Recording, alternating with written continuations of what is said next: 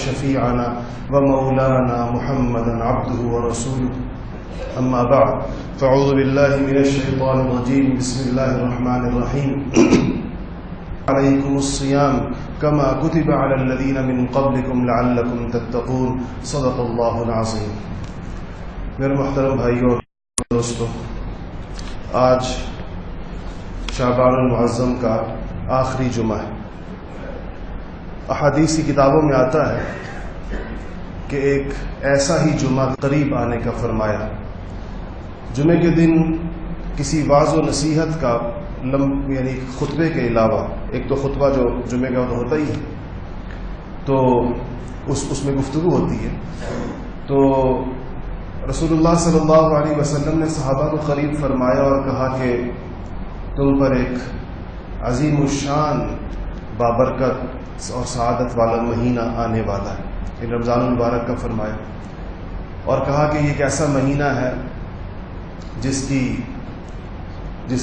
ابتدا رحمت ہے اور دوسرا جس کا وسط مغفرت ہے اور جس کا اختتام جہنم سے خلاصی کے اوپر ہوتا ہے. اور کہا کہ یہ ایک ایسا مہینہ ہے جس کے اندر نوافل کا ثواب اللہ جل شانہ بڑھا کر فرائض تک پہنچا دیتے ہیں اور فرائض کا ثواب بڑھا کر 70 گنا تک پہنچا دیتے ہیں. اور فرمایا کہ یہ غمخواری کا مہینہ ہے، یہ ہمدردی کا مہینہ ہے، یعنی دوسرے لوگوں کے ساتھ یہ ان کے دکھوں میں اور ان کے غموں میں شریک ہونے کا مہینہ ہے. اسی کے ساتھ ایک روایت متصل رمضان المبارک کے حوالے سے محدثین ذکر فرماتے ہیں کہ صحابہ کہتے ہیں کہ آپ ممبر پہ تشریف رکھ رہے تھے تو آپ نے دیکھا ہوگا کہ ہمارے ہاں جو ممبر ہوتے ہیں وہ ان پہ 3 سٹیپس ہوتے ہیں، 3 ان کے قدم ہوتے ہیں. سنت ممبر ایسا ہی ہے، آپ صلی اللہ علیہ وسلم کے ممبر کے 3 سٹیپس تھے. تو کہتے ہیں آپ نے جب پہلے ممبر کے پہلے قدم پر قدم رکھا تو آپ نے فرمایا کہ آمین. پھر دوسرے اس پہ قدم رکھا درجے پر تو فرمایا کہ آمین. اور پھر تیسرے پر بھی جب رکھا تو فرمایا کہ آمین. جب آپ اپنی بات کہہ کر اترے تو صحابی فرماتے ہیں کہ ہم نے پوچھا کہ یا رسول اللہ صلی اللہ علیہ وسلم، ہم نے کبھی آج آپ نے ایک ایسا عمل فرمایا ہے جو ہم نے پہلے کبھی آپ کو کرتے ہوئے نہیں دیکھا. صحابہ کرام رضوان اللہ تعالی علیہ مجمعین بڑی باریک بینی سے آپ صلی اللہ علیہ وسلم کا مشاہدہ کیا کرتے تھے، دیکھا کرتے تھے. اور عشق و محبت کا رشتہ ہوتا ہی ایسے ہے. جو لوگ باہر سے وفود آتے تھے وہ جس بات کے اوپر بہت شدید تعجب کیا کرتے تھے، اس میں ایک صحابہ کرام کا رسول اللہ صلی اللہ علیہ وسلم کے ساتھ ایک والہانہ تعلق ہے. واپس جا کر جن لوگوں نے ان کو بھیجا تھا، جن بادشاہوں نے ان کو بھیجا تھا، ان وفود نے اگر ان کو جب رپورٹ دی ہے، جب ان کو اطلاع دی ہے تو اس میں خاص طور پر یہ بتایا کہ ہم نے بادشاہوں کے دربار کے مناظر دیکھے ہیں، وہاں پر درباریوں کو دست بدستہ کھڑے ہوئے دیکھا ہے، ہم نے بڑے بڑے شہنشاہوں کے دربار دیکھے ہیں، مگر ہم نے جو معاملہ محمد الرسول اللہ صلی اللہ علیہ وسلم کے ساتھ ان کے لوگوں کا دیکھا ہے، ہم نے ایسی عشق و محبت کہیں نہیں دیکھی. ایک نے کہا کہ ایک نے جا کر اپنے بادشاہ کو بتایا کہ اگر وہ وضو کر رہے ہوں تو ان کے جانثار ان کے وضو کا پانی زمین پر نہیں گرنے دیتے، حتیٰ کہ اگر وہ لعاب دہن پھینکیں وہ اس کو بھی زمین پر نہیں گرنے دیتے. یہ آخری درجہ ہے ان کی حضور صلی اللہ علیہ وسلم کے ساتھ عشق و محبت کا. ظاہر اگر کوئی نئی چیز صحابہ دیکھ لیتے تھے تو پھر پوچھا کرتے تھے کہ آج آپ نے یہ عمل فرمایا تو کیا وجہ تھی اس کی. تو صحابہ نے یہ 3 دفعہ آمین سنا ممبر کے ہر درجے پر چڑھتے ہوئے تو پوچھا تو آپ نے فرمایا کہ جبرائیل میں نے جب ممبر کے پہلے درجے کے اوپر قدم رکھا تو جبرائیل نے کہا کہ برباد ہو جائے وہ شخص، جبرائیل نے بددعا دی کہ برباد ہو جائے وہ شخص جو رمضان کو پائے اور اپنی مغفرت نہ کروائے. جس کو رمضان ملے اور وہ اپنی مغفرت نہ کروائے، اس موقع سے فائدہ نہ اٹھائے. جبرائیل کی اس بددعا پر میں نے کہا آمین. پھر میں نے جب دوسرے درجے پر قدم رکھا تو جبرائیل نے کہا کہ برباد ہو جائے وہ شخص جو آپ کا نام نامی اس میں گرامی سنے اور آپ پر درود نہ پڑھے، آپ کا نام سن کر خاموش رہ جائے اور اس کے اوپر درود شریف نہ پڑھے اس کے اوپر. تو اب میں نے کہا کہ آمین. پھر کہتے ہیں جب میں نے تیسرے درجے کے اوپر قدم رکھا تو جبرائیل نے کہا کہ برباد ہو جائے وہ شخص جو اپنے والدین میں سے دونوں کو یا کسی ایک کا بڑھاپا پائے یعنی اس کے والدین اس کے پاس یا ماں باپ دونوں یا صرف ماں باپ میں سے کوئی ایک بڑھاپے کی حالت کے اندر اس کو مل جائیں اور وہ ان کو اپنی بخشش کا ذریعہ نہ بنائے، ان کے ذریعے سے وہ جنت میں نہ جائے. تو فرمایا کہ میں نے کہا آمین. محدثین کہتے ہیں کہ جبرائیل امین تمام فرشتوں کے سردار ہیں، اور اللہ جل شانہ نے اپنے اربوں کھربوں فرشتوں میں سے وحی جیسی عظیم الشان ذمہ داری، یعنی اللہ کا کلام اور اللہ کا پیغام نبیوں تک پہنچانے کے لیے جبرائیل امین کا انتخاب فرمایا کہ جبرائیل لے کر آئیں گے. بد دعا جبرائیل کی ہو اور اس کے اوپر آمین سید المرسلین کی ہو، امام الانبیاء کی ہو، تو اس دعا کی قبولیت کے اندر کیا کمی رہ گئی ہے کہ یہ دعا قبول نہ ہو؟ تو اس میں شک نہیں ہے کہ ایسے 3 لوگ، جن میں سے ایک وہ جس کو رمضان ملے اور وہ اس کو اپنی مغفرت نہ کروائے، دوسرا وہ شقی القلب سخت دل آدمی جس کے سامنے محمد مصطفیٰ صلی اللہ علیہ وسلم کا نام نامی اور اسم گرامی لیا جائے اور وہ آپ کے اوپر درود نہ بھیجے. درود بھیجنے کا مطلب یہی ہے کہ جب آپ کا نام سنے اس کی زبان سے صلی اللہ علیہ وسلم نکلے، جب بھی آپ کا نام خود لے یا اس کی زبان یا کسی اور سے سنے. اور تیسرا والدین کے بارے میں اس کے اندر تاکید فرمائی. اس سے پتہ چلتا ہے کہ یہ رمضان اللہ جل شانہ کی طرف سے کتنی بڑی نعمت ہے. یہ اس کا انتظار کیوں ہوتا ہے؟ اور آپ صلی اللہ علیہ وسلم نے جو دعا میں نے پچھلے جمعے میں بھی عرض کی تھی کہ آپ نے فرمایا کہ اللہم بارک لنا فی رجب و شعبان و بلغنا رمضان، کہ اللہ ہمارے رجب کے اندر اور ہمارے شعبان کے اندر برکت عطا فرما، اور برکت یہی ہے اس کی کہ اس کے اندر ہمیں زندگی عطا فرما، اور ایسے اس میں ہمیں اس کی تیاری عطا فرما کہ ہم اچھے طریقے کے ساتھ رمضان تک پہنچ جائیں. تو یہ رمضان کا انتظار کیوں ہے، اور رمضان کو اللہ جل شانہ نے ایک خاص باقی 12 مہینوں سے کیا فضیلت عطا فرمائی ہے؟ تو دیکھیں، انسان کو اللہ جل شانہ نے 2-3 آزمائشوں کے اندر پیدا کیا. ایک آزمائش اس کی یہ ہے کہ اللہ جل شانہ نے اس کے ساتھ نفس لگایا ہے. نفس کا مطلب یہ ہے کہ اس کے اندر خواہشات رکھی ہیں، کھانے پینے کی خواہش ہے اور جنسی خواہشات رکھی ہیں، شہوات رکھی ہیں، اور اپنے دنیا کے بہت سارے کاموں کے اندر ایک حب جاہ اس میں رکھی ہے، حب مال اس کے اندر رکھا ہے، عزت چاہتا ہے، دولت چاہتا ہے. یہ انسان کی خواہشات ہیں. دوسرا، اللہ جل شانہ نے شیطان کو ایک مہلت دی ہوئی ہے قیامت تک. اس کو کہا ہے کہ میرے خاص بندے تو تیرے داؤ پیچ میں نہیں آئیں گے، باقی تجھے ایک خاص اللہ تعالیٰ کی طرف سے ڈھیل ہے، ایک مہلت ہے. ان 2 آزمائشوں کے درمیان انسان اپنا وقت گزارتا ہے، اور ان 2 آزمائشوں کی وجہ سے وہ اپنا مقصد زندگی سے دور ہو جاتا ہے، فراموش کر دیتا ہے اس کو یہ بھول جاتا ہے کہ دنیا کے اندر میری آمد کا مقصد صرف کھانا پینا نہیں تھا، دنیا میں میری آمد کا مقصد صرف پیسے کمانا نہیں تھا، دنیا میں میری آمد کا مقصد صرف شادی کر کے بچے پیدا کرنا نہیں تھا، یا صرف اپنے بچوں کو پالنا پوسنا، یہ صرف مجھے اللہ نے اس لیے نہیں پیدا فرمایا. تو جب یہ چیز اس کو بھول جاتی ہے، فراموش ہو جاتی ہے، دنیا کے کاموں کے اندر وہ اس قدر مشغول ہو جاتا ہے جیسے کولو کا بیل ہوتا ہے جو ایک اس کے گر چکر لگا رہا ہوتا ہے. انسان بھی اپنے دنیا کے مشاغل میں ایسے چل رہا ہوتا ہے. ایسے میں اللہ جل شانہ اس کو ایک موقع عنایت فرماتے ہیں، اور موقع یہ عنایت فرماتے ہیں کہ شیطانوں کو بند کر دیا جاتا ہے، ایک اس کے دشمن کا رستہ روک دیا جاتا ہے، اور دوسرا اس کے نفس کو جن چیزوں سے غذا ملتی ہے، اس کے اندر جو خواہشات اور جو اس کے اندر جو شہوات، جنسی خواہش ہو، کھانے پینے کی خواہش ہو، گناہوں کی خواہش ہو، ان کو جس چیزوں کے ذریعے سے غذا ملتی ہے ان حلال رستوں کو بھی اللہ جل شانہ روک دیتے ہیں، اس پر ایک خاص قسم کی پابندی اور قدغن لگا دیتے ہیں. ورنہ آپ کو پتہ ہی ہے کہ کھانا پینا ایک مباح کام ہے، ایک جائز کام ہے، اور انسان باقی 11 مہینے جس وقت مرضی کھائے اور حلال کھائے، بس اس کے اوپر کوئی پابندی نہیں ہے. لیکن رمضان المبارک میں اللہ جل شانہ نے حلال پر بھی پابندی لگائی، کھانے پر بھی، اور اسی طرح میاں بیوی کے تعلقات کے اوپر بھی پابندی لگائی ہے خاص وقت کے لیے، کہ یہ چیزیں اگرچہ جائز ہیں لیکن ان میں مشغول رہنے والے آدمی کو اپنے نفس کے ساتھ ایک تعلق زیادہ رہتا ہے، نفس کے تقاضوں کو پورے کرنے کی طرف دھیان رہتا ہے. تو اللہ جل شانہ نے ایک مشق اس کے لیے رکھی. اب جب اس کی حفاظت شیطان سے بھی کر دی کہ کہہ دیا شیطانوں کو باندھ دیا جاتا ہے، اور اس کی نفس سے بھی حفاظت کا بندوبست فرما دیا گیا، کر دیا گیا کہ نفس سے بھی اس کی حفاظت ہو، تو پھر اب اس کے لیے اللہ جل شانہ کی معرفت، اللہ تعالیٰ کی محبت، اللہ تعالیٰ کے ساتھ اس کا ایک تعلق، اس کے رستے آسان ہو گئے.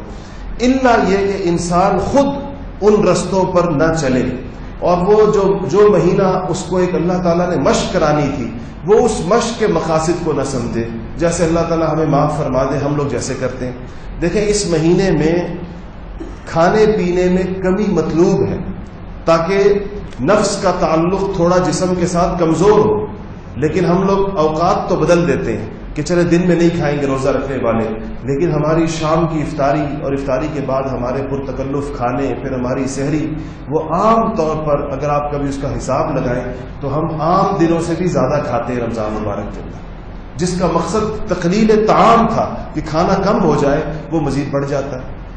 اسی طرح اس کا ایک مقصد یہ تھا کہ جب انسان کم کھاتا ہے تو قدرتی بات ہے، آپ نے دیکھا ہوگا کہ انسان کم سوتا ہے، سونے کا کھانے کے ساتھ ایک براہ راست تعلق ہے، زیادہ کھانے سے خمار اٹھتا ہے، پیدا ہوتا ہے اور غبارات پیدا ہوتے ہیں اور نیند آتی ہے، لیکن اگر انسان کم کھائے تو اس کو کم سوتا ہے وہ، لیکن جب ہم لوگ زیادہ کھاتے ہیں تو رمضان المبارک کو پھر باقی اوقات ہمارے سونے کے اندر گزر جاتے ہیں۔ اس سے آپ نے دیکھا ہوگا کہ اگر کبھی کوئی بندہ اپنا حساب لگائے تو رمضان کے اندر ہمارے نیند کے گھنٹے بھی بڑھ جاتے ہیں اور ہمارے کھانے کی مقدار بھی بڑھ جاتی ہے، حالانکہ انہی دونوں چیزوں سے، ان حلال چیزوں سے منع، یعنی اس میں ایک روکنا قدرے مطلوب تھا کہ انسان اس میں تھوڑی مشق کرے، ان چیزوں میں تھوڑا سا پیچھے آئے۔ حضرات صوفیاء نے اپنی صدیوں کے تجربات کے بعد یہ کہا ہے کہ انسان کی اصلاح کے راستے میں 3-4 رکاوٹیں ہوتی ہیں، ایک جس کو وہ کہتے ہیں، اور وہ جب مشق کراتے ہیں کسی کی اصلاح کی، مثلا کسی اللہ والے کے پاس، کسی بزرگ کے پاس، کسی شیخ، کسی مرشد کے پاس کوئی بندہ کیوں جاتا ہے؟ بندہ اس لیے جاتا ہے کہ وہ ان کے پاس جا کر یہ کہتا ہے کہ میں شیطان کے مقابلے میں اور نفس کے مقابلے میں بے بس ہو گیا، اپنی خواہشات کے آگے میں اپنی خواہشات کے آگے گویا میں نے ہتھیار ڈال دی، میری زندگی کی بات، میری زندگی کی کمان خواہشات کے ہاتھ میں آ گئی ہے، خواہش مجھے جس طرف لے کر جانا چاہتی ہے میں اس طرف جاتا ہوں، جس طرف مجھے متوجہ کرتی ہے میں ادھر متوجہ ہوتا ہوں، حلال اور حرام دیکھے بغیر منہ مارتا ہوں۔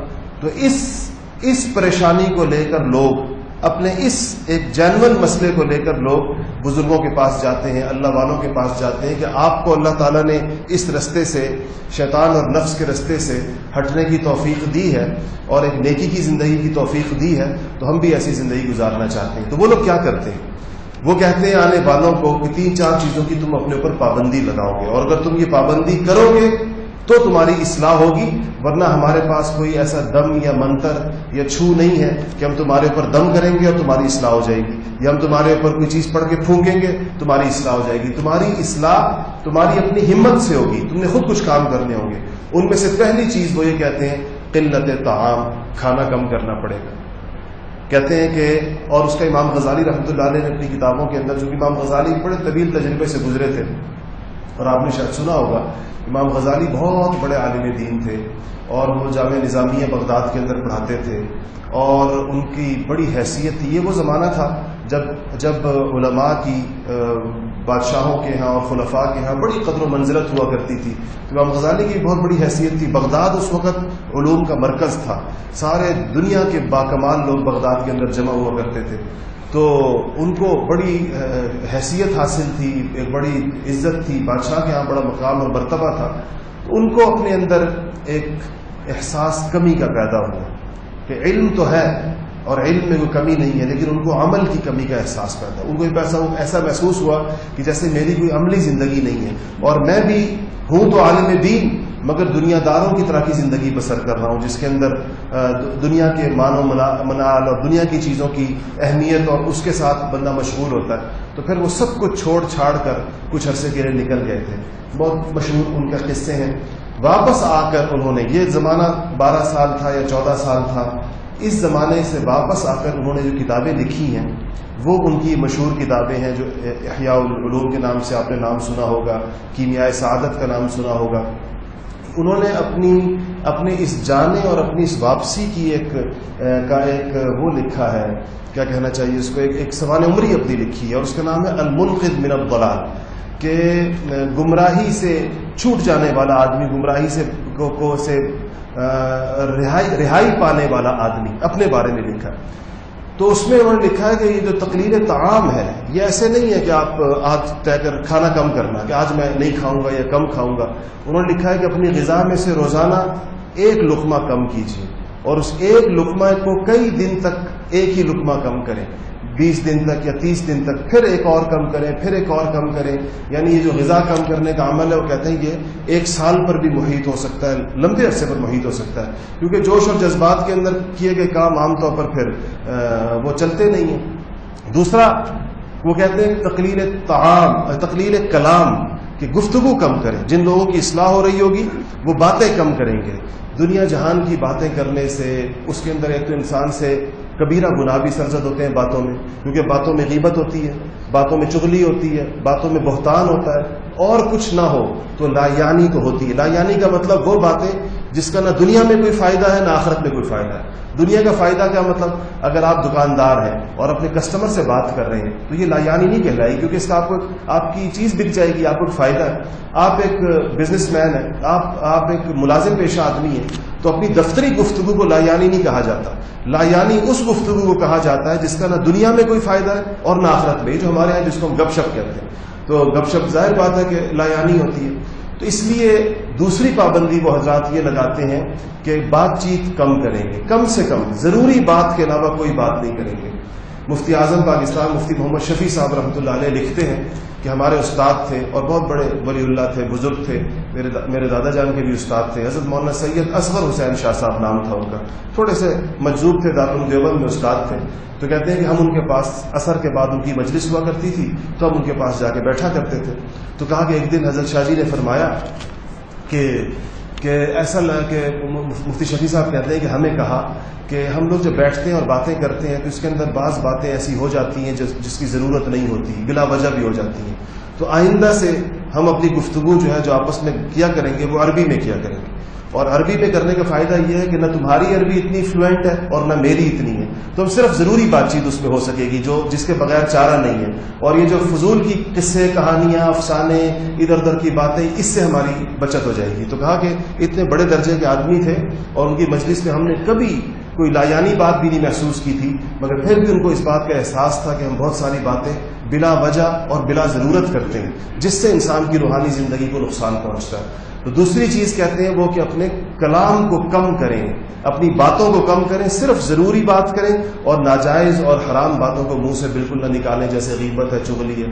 تیسرا یہ حضرات جو مشق کراتے ہیں وہ قلت منام کہتے ہیں. منام عربی میں کہتے ہیں سونے کو، قلت کہتے ہیں تھوڑے کو، کہ کم سونا.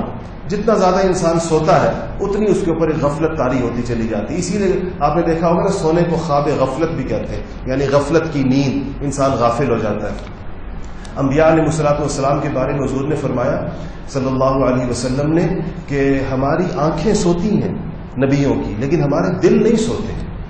ہمارے دل جاگتے ہیں، جب بھی چاہے ہم نیند کی حالت میں بھی ہو تو ہمارے دل جاگتے رہتے ہیں. اس سے پتہ چلتا ہے کہ باقی انسانوں، اسی لیے نیند کو موت سے تشبیہ دی گئی ہے. آپ نے دیکھا ہے کہ جب ہم نیند سے اٹھتے ہیں تو کیا دعا پڑھتے ہیں؟ الحمدللہ الذی احیانا بعد ما اماتنا والیہ النشور، کہ تمام تعریفیں اس اللہ کے لیے ہیں جس نے ہمیں موت کے بعد زندگی عطا فرمائی. احیانا بعد ما اماتنا، کہ جس نے ہمیں موت دے دی تھی پھر زندگی لوٹا دی. اس کا مطلب ہے کہ نیند کو موت کے ساتھ ایک مشابہت ہے. تو تیسری چیز کہتے ہیں نیند کم کریں. اور چوتھی چیز جو یہ حضرات مشق کراتے ہیں وہ کہتے ہیں کہ وہ ہے قلت اختلاط مع الانام. اختلاط کہتے ہیں ملنے جلنے کو، انام کہتے ہیں لوگوں کو. لوگوں سے بلا وجہ اختلاط، بلا وجہ ملنا جلنا، اس سے انسان کو وحشت پیدا ہوتی ہے اللہ کے ساتھ تنہائیوں میں. آپ ایک بات یہ یاد رکھیں کہ جو لوگ بہت زیادہ سوشل ہوتے ہیں، ہر وقت مجلسوں میں رہتے ہیں اور ہر وقت ایک ہنسی مذاق کی محفلیں ہوتی ہیں. راتوں کو ہمارے ہاں اسلام آباد میں تو یہ کلچر نہیں ہے، لیکن آپ نے لاہور میں اور کراچی میں اور ان شہروں میں دیکھا ہوگا کہ رات کو لوگ تھڑوں پر آ کے بیٹھ جاتے ہیں گھروں کے باہر، گلیوں کے اندر، اور وہ 2-2 بجے تک، 2:30 بجے تک گپیں لگ رہی ہوتی ہیں. جب بندہ اس قسم کے لوگ اختلاط کرتا ہے لوگوں کے ساتھ، اس طرح ملتا جلتا اتنی کثرت کے ساتھ ہے، تو پھر اس کو اللہ تعالیٰ کے ساتھ تنہائی کے اندر بیٹھ کے مناجات کرنے اور آنسو بہانے کی توفیق نہیں ملتی. عام طور پر اس کا وہ ذوق ہی ختم ہو جاتا ہے. اس کو ہر وقت لوگ چاہیے ہوتے ہیں جن سے وہ گپے مارے، جن سے وہ باتیں کرے، جن سے وہ قصے سنے، کہانیاں سنائے. ہمارے یہاں پشاور کے اندر ایک بازار ہے، اس کا نام ہے قصہ خانی بازار. اس میں لوگ بیٹھتے ہی قصوں کے لیے تھے. قہوے کے دور چلتے رہتے تھے، قہوے بن کر آتے رہتے تھے اور لوگ قصے سناتے رہے. ایک کا قصہ ختم ہوا دوسرا سناتا تھا, دوسرے کا سنا ہوا تیسرا سناتا تھا, اور راتیں اس کے اندر بسر ہوا کرتی تھی. تو جو قصہ خوانی والا مزاج ہے, تو یہ مزاج پھر اللہ تعالیٰ کے ساتھ تنہائیوں کے اندر بیٹھ کر مناجات کرنے اور اللہ تعالیٰ کے سامنے رونے دھونے اور اپنے گناہوں کے اوپر شرمسار ہونے اور اللہ تعالیٰ سے مغفرت اور رحمت کو مانگنے, یہ دونوں چیزیں عام طور پر جمع نہیں ہوتی. تو رمضان میں اگر آپ دیکھیں تو ان چیزوں کا ہمیں چاروں چیزوں کا موقع ملتا ہے, قدرتی طور پر ملتا ہے. قلت طعام روزے نے کرا دیا بشرطے کہ ہم سحری اور افطاری کے اندر اسی کسر نہ نکال دیں تو, اور قلت منام جڑا یعنی کم سونا جڑا ہوا ہے کم کھانے کے ساتھ, جو کم کھائے گا اس کی نیند خود بخود کم ہو جائے گی. اور یہ جو تیسری چیز ہے کہ قلت کلام, آپ نے دیکھا ہوگا کہ انسان کو روزے کے اندر زیادہ بولنے کا دل نہیں چاہتا. یہ زیادہ بولنا کا تعلق بھی زیادہ کھانے کے ساتھ ہے. جب انسان خود کھا پی لیتا ہے پھر ایک اس کو نیند بھی آتی ہے اور گپ شپ کا بھی دل چاہتا ہے. اسی طرح لوگوں کے ساتھ ملنے جلنے کے معاملات کے اندر بھی جتنا انسان, آپ کبھی اس بات کو غور کریں کہ انسان جب تہجد کے لیے اٹھتا ہے یا فجر کے وقت کے اندر, اس وقت اس کو کسی کے ساتھ زیادہ گپ شپ کا دل نہیں چاہتا. کیوں؟ کیونکہ وہ وقت خاص نور ظہور کا وقت ہوتا ہے. اس وقت کی طبعی حاجت یہ ہے کہ انسان اللہ تعالیٰ کے ساتھ مشغول ہو. لیکن عشاء کے بعد آپ نے دیکھا ہوگا جب سونے کا وقت آ گیا تو اس وقت میں انسان کو اس بات کی ضرورت محسوس ہوتی ہے کہ وہ گپیں لگائے. اسی لیے آپ صلی اللہ علیہ وسلم نے, ہم یہ حدیث میرے خیال ہے کم سنتے اور سناتے ہیں کہ آپ صلی اللہ علیہ وسلم نے عشاء کے بعد بیٹھنے اور گپ شپ لگانے سے خصوصیت کے ساتھ منع فرمایا, سوائے اہل علم کو جو اپنی علمی مشغولیات کے اندر مصروف, اور لوگوں کو منع کیا کہ عشاء کے بعد گپ شپ نہیں کرو, عشاء کے بعد آپس میں بات چیت نہیں کرو.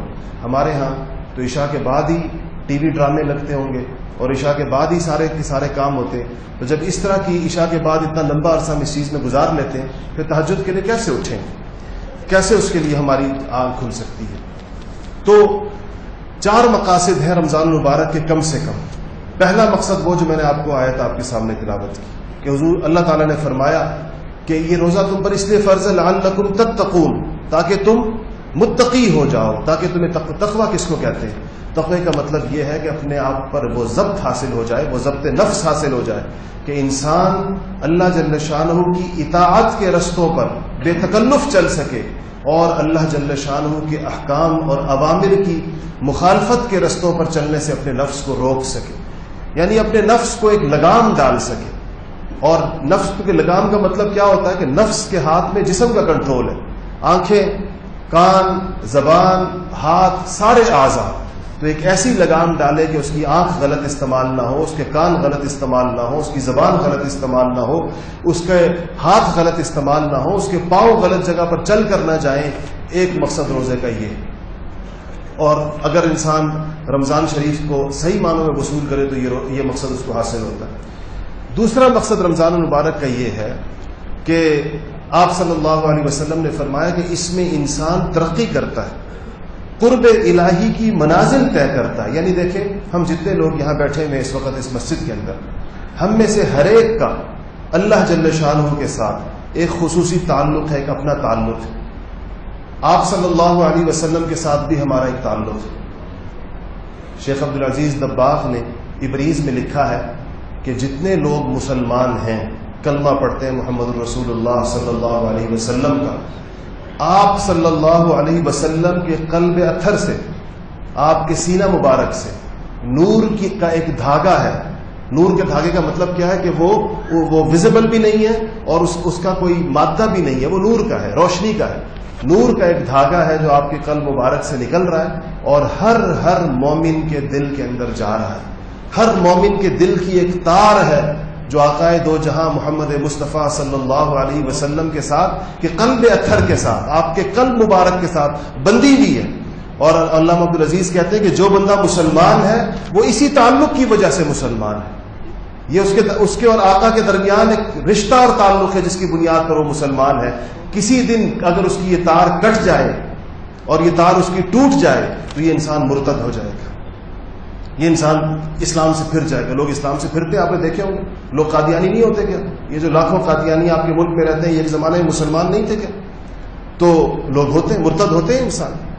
اور بھی بہت ساری شکلیں ہوتی ہیں، قسم قسم کی گمراہیاں اور فتنے نکل آتے ہیں، جس کے اندر بعض فتنے اسلام سے باہر کے ہوتے ہیں اور لوگ اس کے شکار ہو جاتے ہیں.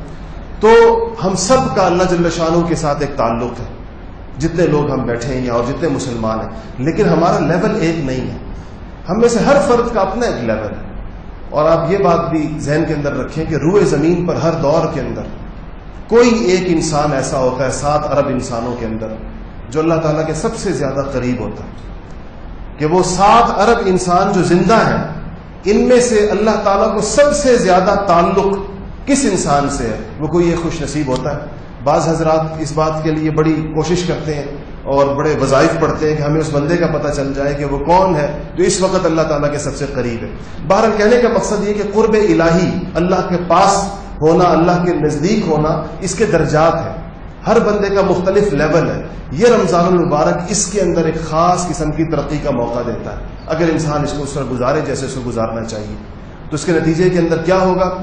اس کا اللہ جل شانہ کے ساتھ تعلق بڑھتا چلا جائے گا.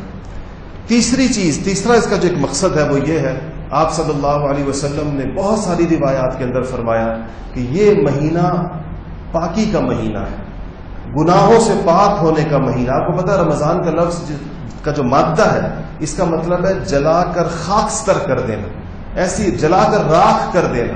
تو بعض علماء نے لکھا ہے کہ اس کا مطلب یہ ہے کہ یہ گناہوں کو، معصیتوں کو جلا کر خاک کر دیتا ہے. اور جب ظاہر بات ہے کہ جب وہ جلا کر خاک کر دے گا تو اس کے نتیجے کے اندر خود بخود انسان کے گناہوں سے مغفرت ہوگی تو وہ پاک ہوگا. تیسرا مقصد اس کا یہ ہے. اور چوتھا اس کے مقاصد میں سے یہ کہ آپ صلی اللہ علیہ وسلم نے جو ترغیبات دی ہیں رمضان کی، اس میں یہ بہت فرمایا کہ اجر بڑھا دیا جاتا ہے، اجر بڑھا دیا جاتا ہے، فرض جتنا کر دیا جاتا ہے. ایک روایت میں آتا ہے کہ ہر چیز کا اجر، اس کا ثواب 10 گنا سے لے کر 700 گنا تک پہنچا دیا جاتا ہے.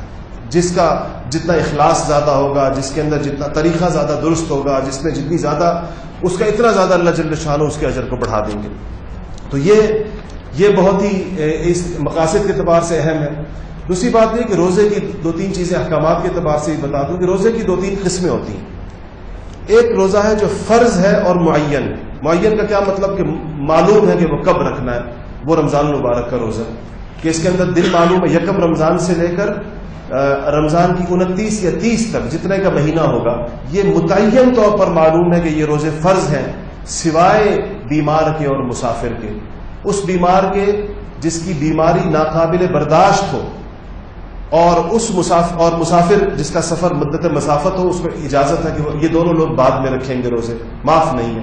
اور یا خاتون اگر اپنے نسوانی مسائل کا شکار ہے تو اس کے لیے بھی ان دنوں کے اندر روزہ نہیں ہے، وہ بعد میں رکھیں گے. دوسرا روزہ ہے جو فرض ہے لیکن وقت معین نہیں ہے اس کا، اور وہ قضا روزے ہیں. اگر کسی انسان سے روزہ رہ گیا کسی وجہ سے تو اسے روزہ قضا کرنا ہوتا ہے بعد میں. رکھا ہی نہیں ہے تو قضا کیا جاتا ہے. اس کا فرق یاد رکھیں، ایک ہے روزے کی قضا اور ایک ہے روزے کا کفارہ. اگر رکھ کر توڑ دیا تو کفارہ آتا ہے بندے پر. کفارے کا مطلب ہے 60 روزے مسلسل رکھنا بغیر کسی ناغے کے. 60 دن تک مسلسل روزے رکھنا بغیر کسی ناغے کے، اس کو کہتے ہیں کفارہ. اور یہ اس وقت آتا ہے کہ جب بندہ بغیر کسی شرعی عذر کے روزہ توڑ دے. اور اگر روزہ رکھا ہی نہیں تو اس کے بعد اس روزے کی قضا ہوتی ہے. قضا کا مطلب ہے ایک روزے کے بدلے ایک روزہ. تو یہ بھی فرض ہے انسان کے اوپر کہ وہ اپنے روزوں کی قضا کرے گا، لیکن دن متعین نہیں ہے. آپ چاہیں تو شعبان میں قضا کریں، چاہیں تو ربیع الاول میں کریں، چاہیں تو ربیع الثانی میں کریں، چاہیں تو رجب میں کریں، جب بھی کریں. لیکن یہ بھی فرض ہے اور مرنے سے پہلے انسان کو اس کو پورا کرنا چاہیے. پھر ایک ہوتا ہے کہ واجب معین. یہ واجب معین کا مطلب ہے کہ جو کسی نے نظر مانی کہ میں فلانی تاریخ کا روزہ رکھوں گا، میں فلانے دن کا روزہ رکھوں گا. کوئی کام میرا ہو گیا تو میں فلانے پیر کو روزہ رکھوں گا، یا میرا کام ہو گیا تو میں ذی الحجہ کے پہلے 10 دن تک روزے رکھوں گا، یا میرا کام ہو گیا تو میں فلانے روزے رکھوں گا. اگر ایسی نظر کسی نے مانی تو وہ روزے اس کے اوپر واجب ہیں، وہ اس نے انہی دنوں کے اندر رکھنے ہوں. اور ایک ہوتا ہے واجب غیر معین، یعنی روزے نظر مانی ہے، دن نہیں متعین کیے. مثلا اس نے کہا کہ میرا یہ کام ہو گیا تو میں 5 روزے رکھوں گا، یہ نہیں کہا کن مہینوں میں رکھوں گا، کن دنوں میں رکھوں گا. تو پھر اس کے ذمہ 5 روزے ہوں گے اور وہ جب مرضی رکھنا چاہے وہ رکھ سکتا ہے. یہ 4 قسم ہو گئی روزوں کے جو فرض کی قبیل میں سے ہے. واجب اور فرض کے اندر کوئی فرق نہیں ہوتا. عمل کے اعتبار سے، عمل کرنے کے اعتبار سے واجب بھی اور فرض بھی ایک ہی چیز ہوتی ہے. اس کا جو لفظ کا فرق ہے یہ دلیل کے اعتبار سے ہے. یہ اس کی تفصیل کا آج موقع نہیں ہے کہ میں آپ کو بتاؤں کہ ہم کس بعض چیزوں کو، مثلا آپ وطر ہیں، آپ کو پتہ ہے وطر کو ہم واجب کہتے ہیں. آپ نے سنا 3 رکعت وطر واجب، حالانکہ یہ بھی پڑھنے کے اعتبار سے فرض کی طرح ہے، کیونکہ اگر یہ آپ سے قضا ہو جائے آپ نے اس کی قضا بھی کرنی ہے. حالانکہ سنت موقتہ کی قضا نہیں ہے، سنت غیر موقتہ کی قضا نہیں ہے، لیکن وطر کی قضا ہے، اس لیے کہ وطر کہلاتے واجب ہے. حکم ان کا عمل کرنے کے اعتبار سے فرض جیسا ہی ہوتا ہے. تو یہ 4 قسمیں روزے کی جو ہیں یہ فرض ہے، اور ایک قسم روزے کی جو ہے وہ نفل ہے. نفل کے بارے میں یاد رکھیں کہ بہت سارے روزے ہیں جس کے بعض مسنون بھی ہیں. جو مسنون روزے ہیں وہ بھی نفل ہیں، جیسے کہ میں نے پچھلے دفعہ بتایا تھا ایام 20 کے روزے ہیں، 13، 14، 15 کے. پیر جمعرات کا روزہ ہے، اور 15 شعبان کے روزے کے استحباب کے بارے میں رائے ہے بعض علماء کی، بعض کی نہیں ہے. تو یہ نفل، اور یا ویسے کوئی بندہ رکھنا چاہے روزے تو وہ نفل ہے. نفل کے بارے میں بس اتنا یاد رکھیں، قاعدہ یاد رکھیں، چاہے نماز ہو چاہے روزہ ہو، کہ جو نفل انسان شروع کر دے وہ اس کے اوپر پھر فرض لازم ہو جاتا ہے. نفل روزہ بھی اگر کسی نے توڑ دیا تو اس کی قضا کرے گی. نفل نماز آپ نے شروع کر دی تھی مسجد کے اندر، تو اچانک اقامت شروع ہو گئی، امام نے نماز شروع ہو گئی، تو آپ کو حکم یہی ہے کہ آپ نفل نماز توڑ دیں اور نماز میں شامل ہو جائیں، امام کی نماز میں. لیکن یہ نفل بھی آپ کے اوپر لازم ہو چکے ہیں، یہ آپ کو دوبارہ پڑھنے ہوں گے. مشہور قاعدہ فقہی کتابوں میں لکھا ہے کہ لزم النفل بالشروع، کہ نفل اگر شروع کر دیے ہیں چاہے نماز ہو یا روزہ ہو تو اب یہ انسان کے اوپر لازم ہو جاتے ہیں، اور وہ اس کے اندر پورا کرنا ہوتا ہے. آخری بات میں یہ آپ سے کر دوں، وقت ختم ہو گیا ہے، کہ بعض لوگوں کی غلط فہمی پر ہمارے بہت بڑا مدار ہے، اور یہ ہے کہ اللہ تعالیٰ کی عبادت 2 قسم کی ہے. ایک ہے براہ راست عبادت، اور ایک ہے بالواسطہ عبادت، ڈائریکٹ اور انڈائریکٹ عبادت. ہم اس کا فرق نہیں کرتے بعض اوقات. مثلا آپ نے لوگوں کو دیکھا ہوگا کہ بعض لوگوں، وہ ہمارے حضرت نے، ہمارے استاد شیخ الاسلام مفتی محمد تقی عثمانی صاحب نے اپنی کتاب میں لکھا ہے کہ میرے پاس ایک خاتون آئی یا فون کیا، انہوں نے کہا کہ میرے شوہر ڈاکٹر ہیں اور وہ نمازی ہیں، لیکن کلینک کے اوقات میں نماز نہیں پڑھتے، اور گھر آ کر پھر ساری نمازیں پڑھتے ہیں، ظہر، عصر، مغرب گھر آ کے پڑھتے ہیں. تو میں نے ایک دفعہ ان سے پوچھا کہ آپ نماز کو اپنے وقت پر کیوں نہیں پڑھتے؟ تو کہتے ہیں میں تو کلینک کرتا ہوں، لوگوں کی خدمت کرتا ہوں، تو وہ بھی تو بہت بڑا ثواب کا کام ہے. تو اس خدمت کے دوران جو ہے میں حقوق العباد کی بہت زیادہ اہمیت ہے، تو حقوق العباد میں ادا کر رہا ہوتا ہوں، تو حقوق اللہ میں پھر رات کو آ کے کر لیتا ہوں ایک ٹائم کے اندر. تو ہمیں یہ غلط فہمی ہے کہ ہم بعض اور آپ عام لوگوں سے سنتے ہوں گے کہ فلانا کام بھی عبادت ہے، فلانا کام بھی عبادت ہے، فلانا کام بھی عبادت. بالکل ٹھیک ہے، بعض کام انڈائریکٹ عبادت ہے، وہ خود بطور عبادت مخصوص، جس طرح اپنے بچوں کے لیے روزی کمانا، یہ بھی عبادت ہے. بعض لوگ روزے اس لیے نہیں رکھتے کہ جی ہم اپنے بچوں کی روزی روٹی کماتے ہیں، وہ بھی تو عبادت ہے. آخر روزہ بھی عبادت ہے، بچوں کی روزی روٹی بھی عبادت ہے، اس لیے ہم روزے نہیں رکھتے. یہ بہت بڑا شیطان کا مغالطہ ہے. یہ جو براہ راست عبادتیں ہیں جو خود مقصود ہیں، براہ راست، جیسے نماز ہے، جیسے روزہ ہے، جیسے حج، یہ ان کے احکامات اپنی جگہ پر ہیں. اور بعض عبادتیں ہیں جو خود مقصود نہیں ہیں، لیکن اگر نیت اچھی کر لی جائے تو وہ ثواب بن جاتا ہے. جیسے کہ انسان کا حلال روزی کمانا، اپنے بچوں کے لیے کمانا، کسی کو تحفہ دینا، یہ اگر انسان کی نیت ٹھیک کر لے تو اس کو وہ ثواب بن جاتی ہے. لیکن وہ ریپلیس نہیں کرتی فرائض کو، ریپلیس نہیں کرتی ڈائریکٹ عبادات کو. آپ صلی اللہ علیہ وسلم کو اللہ نے فرمایا قرآن میں کہ فَإِذَا فَرَغْتَ فَانْصَبْ وَإِلَىٰ رَبِّكَ فَارْغَب، کہ جب آپ اپنی لوگوں کو دین کی طرف بلانے اور دعوت کے اور لوگوں کو مسلمان کرنے اور صحابہ کو دین کی دعوت دینے سے جب فارغ ہو جائیں تو اللہ تعالیٰ فرماتے ہیں پھر میری طرف متوجہ ہو جائیں، اب میری عبادت کریں. تو آپ بتائیں جو حضور صلی اللہ علیہ وسلم کی دعوت تھی اور جو حضور کا دین کی طرف بلانا تھا اور آپ کا لوگوں کو مسلمان کرنا تھا، کیا یہ عبادت نہیں تھی؟ اس سے بڑی عبادت اور کیا ہوگی؟ لیکن اللہ نے فرمایا کہ جب آپ اس سے فارغ ہو جائیں ان کاموں سے، اِلیٰ رَبِّکَ فَارْغَب، پھر میری طرف رغبت کیجئے، مجھے سجدے کیجئے، میری نمازیں پڑھیں، ذکر کریں، تلاوت کریں، وہ سارے کام کریں جو براہ راست عبادات ہیں. پیغمبر کے کام کے بعد بھی ان کو کہا جا رہا ہے، تو میرے اور آپ کے کاموں کی اس کے سامنے کیا حیثیت ہے؟